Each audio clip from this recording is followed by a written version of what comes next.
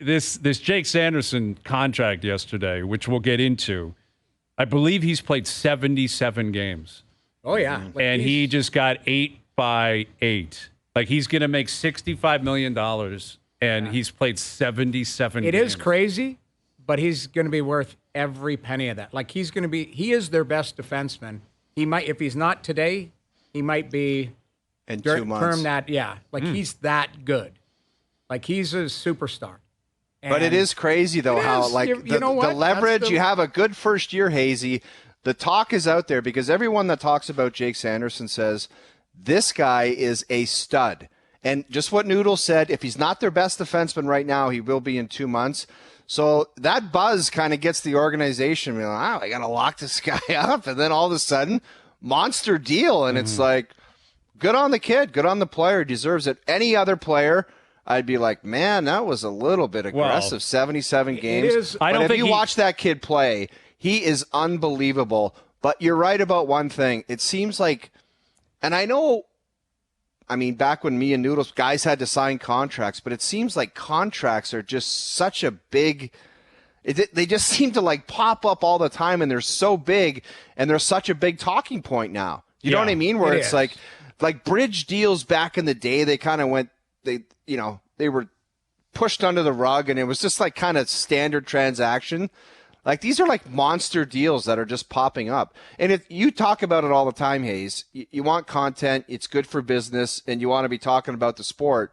Well, that's what you got. But it seems like the contract element of it, it's pretty prominent. Yeah, it's a huge part of the conversation. I don't think he's deserved it. Like, I don't think he deserves it. It's based on talent and hype and expectation. Well, and getting, like... He's played 77 games and never played in the playoffs. Up. We talked about deserve is a strong word. We talked about this last year when Buffalo signed that Samuelson kid for 4.5 at 7 years as like a support, and we were like, why the hell that deal type of thing.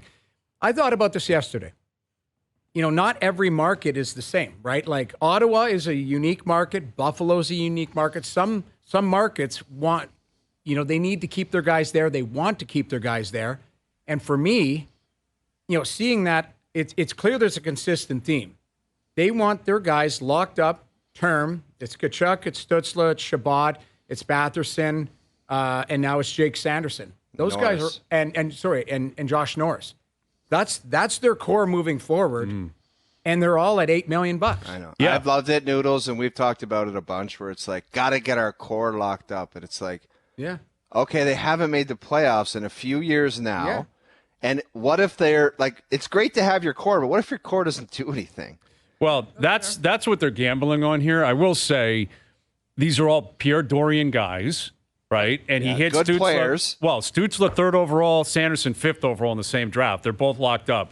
Yeah. Stützle had a great year last year. I think we know what he's going to be. And I actually think this is worth the gamble. And I don't think it's as much of a gamble as it would be with maybe other players. The Samuelson kid. Yes, exactly. And Hayes, that's how you do turn it around when you're in a predicament where you're picking 3rd and 5th. You got to hit. And you got to lock them down if you want to turn the corner. And you got to give them credit. They've done that. Well, and again, I think based on what I've seen out of Sanderson, and I trust you guys more because I've only seen him play a handful of times. I saw him at the juniors, again, 5th overall. Right. I think if he stays healthy, at worst, he's a second pair guy, which means maybe he's a $5 or $6 million defenseman. Right. And if they're paying him 8, this is a team that's probably not going to the cap anyway. You can live with that. Yeah. But if he plays like a 10, 11, $12 million player, then it's an incredible contract and it's really smart. And you mentioned the markets. I think that's important here. Yeah. In Ottawa, if a guy is willing to give you term, you have to take it. You got to keep the guy, especially he's an American. He's got Canadian parents. But he does. I mean, listen, he's his parents. I grew up with his parents. Yeah, Jeff Sanderson, Jeff and Ellen, but he was born in Montana. They have their summer house there. Right. But this kid is a stud. Mm-hmm. I thought of that right away. But now, listen, they're all getting paid. You got to go perform. Well, now, like Dorian and company are like, this is what I've done now. These are the guys, and I really like their young core. Like, I love Brady Tkachuk. Everyone does. Yeah. No one dislikes Brady Tkachuk. Stützle was great last year. I expect that will continue for years to come. Sanderson, the same thing. I think Norris is a good player. You got Chikrin if he can stay healthy. Shabbat, he's maybe a defensive liability, but he can play. Yeah. And yet I don't see a Stanley Cup core there.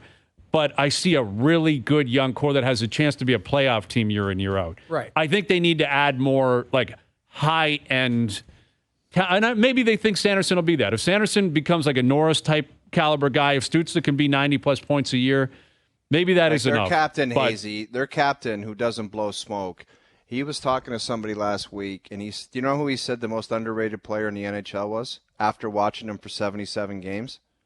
Jake Sanderson.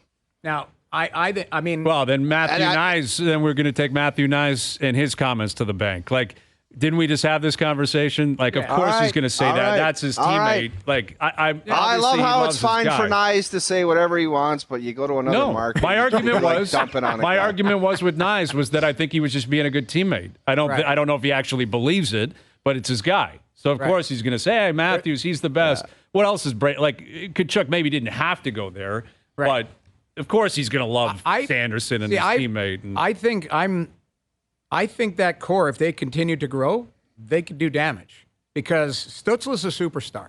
Like, he's going to be a 100-point player. Yeah, if he is, that's superstar status. And Brady Tkachuk is a unique superstar. Yes, he is. So that's two up front. Mm-hmm. Josh Norris is really good. So now you start in the support cast, right? Norris, Batherson. They added Tarasenko. They've got guys around. They need to continue to add. But if you have a defensive core, like Zub is that stay-at-home, kind of Brody, Jake Muzzin type of thing.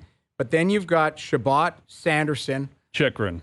That's pretty good. It's solid. It's pretty good. Now, you need saves. Now that goaltender getting $5 million a year, he's going to have to make the saves. But they took the chance on that. Coming back to it, two things stand out. I talked about the market. These guys have committed. Yes, they're getting paid lots of money, but they're like, hey, we could take our. Stützle could have put his hand up and said, "I'll play it out," and let's bridge me, and we'll see where we go. See what LA looks like. See what he decided to stay. Tkachuk committed. Like, that's big. Tkachuk's brother put his hand up in Calgary and said, "I put 9 years in. I'm moving on." Like, I think they've committed, but all I could think about is you saying, "Okay, they all got paid. Now you got to go do it." That's the thing. This team has to be a playoff team this year, based on the commitment the organization has made to those players. Well, yeah, I think it's imperative that happens for the GM and his security, for the coach and his security. The players, I know. You're not going to you can't pull back the contract. I mean, if they miss, they're still getting paid. Well, you're right. But what I'm saying is, like, there's no excuses. You're not sitting there going, "I'm playing for a contract. I'm playing for this." It's like, yeah, they've committed to you. Now you absolutely need to show us. Yes, it's got to be reciprocated. The faith that they put in you. I think that crew can do it, but again, not easy task. The toughest division in hockey, the Atlantic. Yeah, right. I agree. Like, you're up against the Leafs, the Lightning, Boston. Florida was in a Cup final. Yeah, I think Buffalo is on the right track. Buffalo's. I think Buffalo and Detroit got better in the offseason too, just by osmosis of growth of their young players too. So it's going to be a battle. I could see 8 million people thinking that's rich over 74 games. Well, it's 100%. because he's barely played in the league, but he's a 5th overall player that looked really good this year. And obviously they drafted him with the expectation that he was going to blossom into a pillar of the organization. Yeah. And they're willing to put their chips in. I think it's a smart play. Yeah, that's what it's going to be, Hazy. I text Noodles all the time while he's doing the games, watching that kid play. He is real deal Holyfield. Yeah, he is. And I would usually be on board saying, this is insane. But there's some kids you just get a feeling about where they're just that good.